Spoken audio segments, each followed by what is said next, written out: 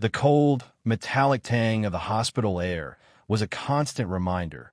Even outside, that life hung by the thinnest thread. Sukai slumped onto the hard plastic bench by the emergency entrance, the fluorescent glow of the waiting room seeping under the double doors like a sickly yellow spill. Hours stretched and congealed, marked only by the hushed squeak of gurneys and the muted urgency of unseen voices. His phone had long since died, a dead weight in his pocket. Only the unwavering, agonizing hope for her sustained him. Her name, a silent prayer, echoed in the hollow cavern of his chest. The exhaustion was a heavy cloak, pulling him down. He closed his eyes, intending only a moment of rest, but the moment stretched, unraveling the tight knot of reality. The hospital doors, once solid, dissolved into a shimmering curtain of liquid moonlight. He pushed through effortlessly, finding himself not in a sterile hallway, but on a precipice overlooking a vast, iridescent sea. The waves weren't water, but undulating layers of pure, raw emotion, shimmering emeralds of joy, deep indigos of sorrow, burning reds of anger, all swirling in a chaotic, beautiful symphony. He knew, with an instinct more profound than thought, that this was her emotional landscape, the very essence of her being, now under siege. A gigantic, shadowy fissure tore open in the center of the emotional ocean, a jagged wound that pulsed with a draining, gray light. He felt a sharp tug, a desperate plea for help. This was the illness, not a physical ailment, but a metaphysical tear, attempting to siphon away her very vibrancy. He had to reach her. He launched himself forward, not falling, but soaring on currents of hope, his fingers trailing through the emotional waves. The joy warmed him, the sorrow chilled, but the anger, a searing red, propelled him onward. The fissure pulsed, threatening to swallow the entire sea. Within its depths, he could just make out a tiny, flickering light, her consciousness fighting to stay anchored. He saw impossible things. Schools of fish made of crystallized laughter swimming through currents of quiet determination. Mountains sculpted from forgotten dreams, their peaks piercing a sky of pure, unadulterated yearning. He passed through a forest where trees whispered forgotten lullabies, their leaves shimmering with the glow of unexpressed kindness. This was the tapestry of her soul, magnificent and imperiled. A sudden, jarring impact brought him back to reality. A janitor, pushing a buffer, had nudged his foot. The fluorescent light, the hard bench, the persistent hum, it all rushed back. He checked his phone instinctively, forgetting it was dead. Only another hour had passed. He felt utterly drained, as if he had run a marathon through pure concept. But a peculiar clarity lingered, a vivid memory of the iridescent sea. He knew what she was fighting. He drifted again, deeper this time, pulled by an irresistible, subconscious force. The hospital doors were no longer liquid light, but an enormous, intricate lock, its tumblers turning with the slow, agonizing clicks of time. He didn't need a key. He needed to understand the mechanism. He was no longer soaring, but standing on a single, crystalline thread stretched across a void. Below him, constellations formed from her memories pulsed and died. The light of her childhood bedroom, the fiery nebula of her first passion, the cold, distant gleam of a moment of profound heartbreak.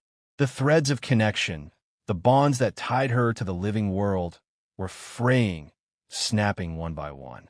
The shadowy fissure from before wasn't a gaping wound now, but an intricate, rapidly growing web of crystalline darkness spreading across the constellations, encasing each memory, freezing it.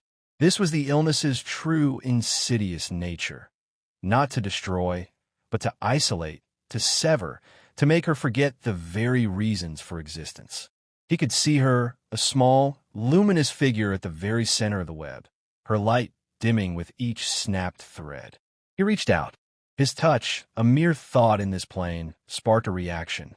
The web recoiled, but then lashed out, sending tendrils of icy silence that tried to bind him, to make him forget his own reasons for being there.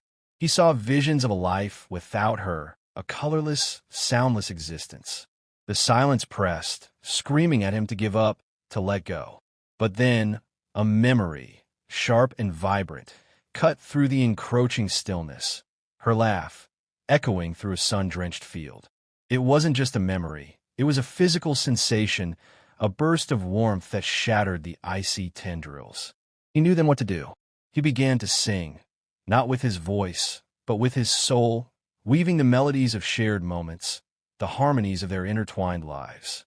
He sang the songs they'd listened to, the jokes they'd shared, the quiet comfort of their unspoken understandings.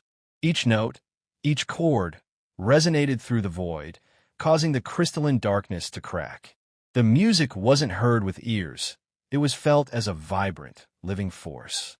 The constellations of memory, previously encased, began to flare, brighter than ever, fueled by the resurgence of connection. The snapping threads of her life began to respin, weaving themselves back into a shimmering, unbreakable rope of light. He saw her, at the center of the web, stir. Her small light pulsed, then surged, pushing against the remaining darkness. She began to resonate with his song, a faint, pure counter-melody joining his. Together, their combined energy, a symphony of shared existence, caused the entire crystalline web to explode into a million twinkling motes of dust, dissipating into the void. The lock on the hospital doors clicked, a loud, final sound. Sukai bolted upright, his breath catching in his throat. The fluorescent light was still harsh, the bench still hard. But the air felt different, lighter, almost breathable. His body ached from sleeping in such an awkward position, but his spirit felt profoundly awake, energized. The double doors swung open. A doctor, looking far less harried than before, stepped out. "Mr. Su? She's stable. The crisis has passed. We still don't fully understand what happened, but she's going to be okay." Sukai pushed himself up, his legs stiff, a tremor running through him that had nothing to do with cold. He didn't need an explanation. He had been there. He had seen the fight, had sung his heart out on a thread of starlight, and helped pull her back from the brink. He nodded, a small, private smile touching his lips. He was just Sukai, waiting outside a hospital, but in the heart of the universe, he had just helped rewrite a constellation. The crisp, clinical scent of the hospital room was no longer a symbol of dread, but of a precarious victory. Sukai sat by her bedside, watching her sleep. The monitors sang their rhythmic, electronic song, a testament to her stable vital signs. To the doctors, her miraculous turnaround was a medical anomaly. To Sukai, it was a battle-scarred memory. He had journeyed through a sea of emotions and sung a melody of starlight to pull her back from the abyss. But he knew the fight was not truly over. The darkness, the metaphysical illness, was not gone. It was merely lurking, waiting for another moment of weakness.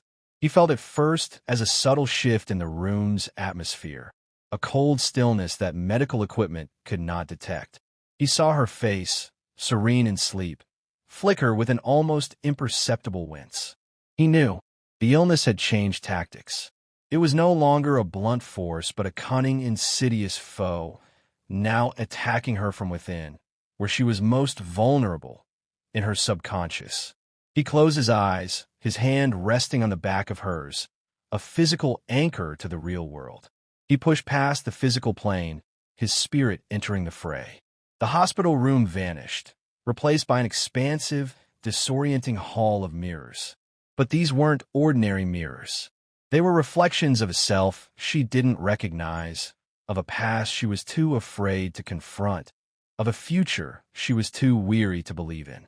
One mirror showed her a reflection of someone failing, their hands empty, their efforts meaningless. Another depicted her as a burden, her face pale with the weight of others' worries. Another still showed a reflection of profound, unchangeable loneliness, a life lived entirely on her own. The mirrors pulsed with a sickly gray light, whispering accusations and planting seeds of doubt. The illness was trying to convince her of her own worthlessness, hoping she would simply give up the will to live. Sukai knew he couldn't simply smash the mirrors. Their power came from her own inner fears. He had to replace the lies with truth. He focused his will, his own emotions, not on fighting, but on creating. He held onto a cherished memory of her laugh, a bright, melodic sound, and projected it onto the mirror of loneliness. The glass cracked, then shattered, replaced by an image of her surrounded by her loved ones, a vibrant, joyful smile on her face. He channeled a moment of her quiet strength, her unyielding determination, and focused it on the mirror of inadequacy. It too splintered, revealing her as a beacon of power and resolve. He was a one-man army of affirmation, a creator of reality, painting a portrait of her truest self onto a canvas of lies. The illness, infuriated by his interference, escalated its attack. The hall of mirrors crumbled, replaced by a vast, silent space dominated by a colossal, symbolic hourglass. The sand was not sand, but a shimmering, golden cascade of her most precious memories. A sunset viewed from a quiet beach, a shared meal with friends, a moment of triumph. But the hourglass was inverted, and the golden memories were draining rapidly, falling into a black abyss below, the precious sand turning to dust as it fell. The illness's whispers, now a cacophony, told her that all joy was fleeting, that time was running out, and that all her beautiful memories would be lost to the void, rendering her life meaningless. Sukai knew he couldn't stop the flow of time, but he could change the nature of what was flowing. He took a deep breath, or the metaphysical equivalent, and began to create with a new purpose. He focused on his own memories of her kindness, her courage, the comfort of her presence. He created new images, not just of her past, but of their potential future, a shared quiet moment, a new adventure, a life lived in harmony. He focused all his energy on the top bulb of the hourglass. He poured his own memories, his hopes, his quiet love for her into the flow. The gray, desolate sand was replaced by a fresh, vibrant, almost luminous flow of golden moments, memories infused with his energy and his love. The hourglass was still ticking, but now it was refilling her with hope, with a reason to live, with the promise of a future. This was the final straw. The illness's formless shadow coiled in the abyss below the hourglass, and it rose, a terrifying, silent presence that looked directly at Sukai. It did not speak with words, but with a torrent of thoughts that were not his own, telling him he was foolish, that his efforts were pointless, that all things decay and are lost to time. It was a final, devastating battle of wills. But Sukai didn't answer with a fight. He answered with a profound, quiet act of connection. He reached across the vast space, not physically, but with the full force of his spirit, and touched her. He found her consciousness, which had been flickering, pushed to its absolute limits, and he held it. He didn't just fight for her, he fought with her. Together, their combined consciousness, fortified by the new, hope-filled moments, projected a single, blindingly brilliant beam of light. It was a pure, unyielding force of life and love. The light struck the shadowy form of the illness, and with a silent, cataclysmic explosion, it disintegrated, its dust scattering into nothingness. The hourglass vanished. The darkness was gone. The world rushed back. Sukai was in the hospital room, his hand still on hers. She stirred, her eyes fluttering open, and this time there was no sign of pain or confusion. Her gaze was clear and bright. She looked at him, and her lips parted in a quiet smile. "You were there," she whispered, her voice weak but full of certainty. Sukai squeezed her hand, a profound sense of relief washing over him. He didn't need to ask how she knew or what she had seen. He had been there. He had walked through her despair and rebuilt her world with his own two hands. The battle was over, and in its wake, their bond, forged in the surreal, mind-bending crucible of a hospital room, was now stronger than he could have ever imagined.